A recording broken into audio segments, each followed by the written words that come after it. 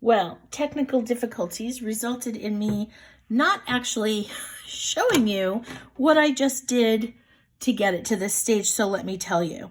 I put I put French ultramarine under the edges and blended those in with a damp brush mostly. I'll blend that one in a little bit.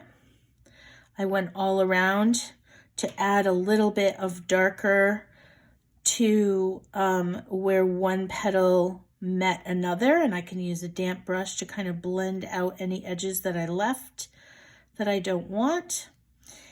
And then I added some more dark on top, especially close to the edges and around this leaf.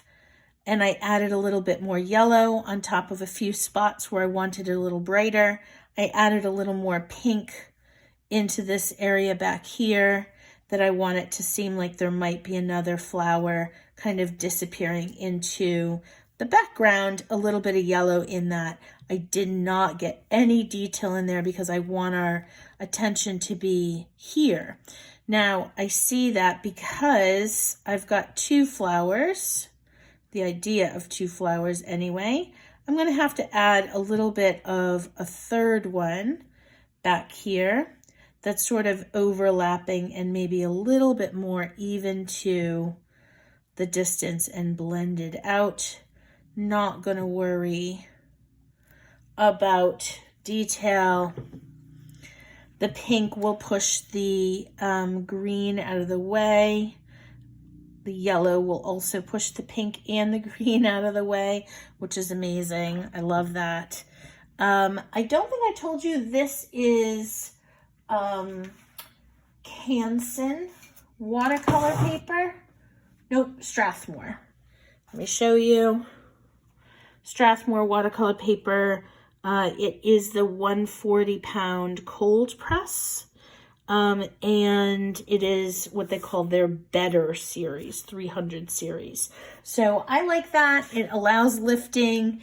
It allows plenty of layers on top of it before it falls apart.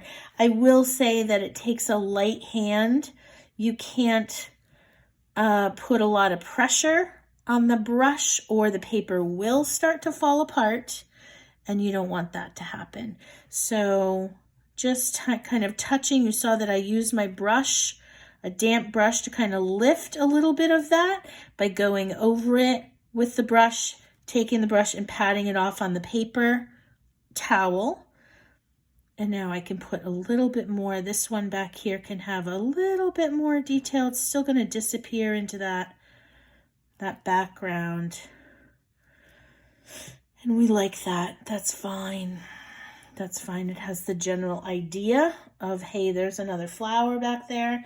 But this one is still the focus, and this is very much distanced. So here we have a loose wash background, the idea of a couple different flowers. I don't really love that this looks a little pink back here. So I'm just going to go ahead and put another little bit of green on top of that.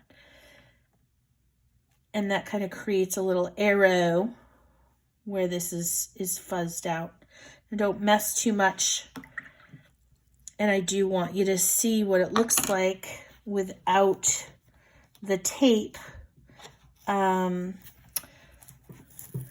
So I have to wait till it dries to do that. So I will post a picture. When it is dry, I will put a little picture on there and you'll be able to see that.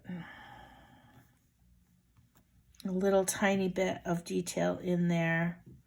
While it's wet, it's not going to be too specific, and I like that.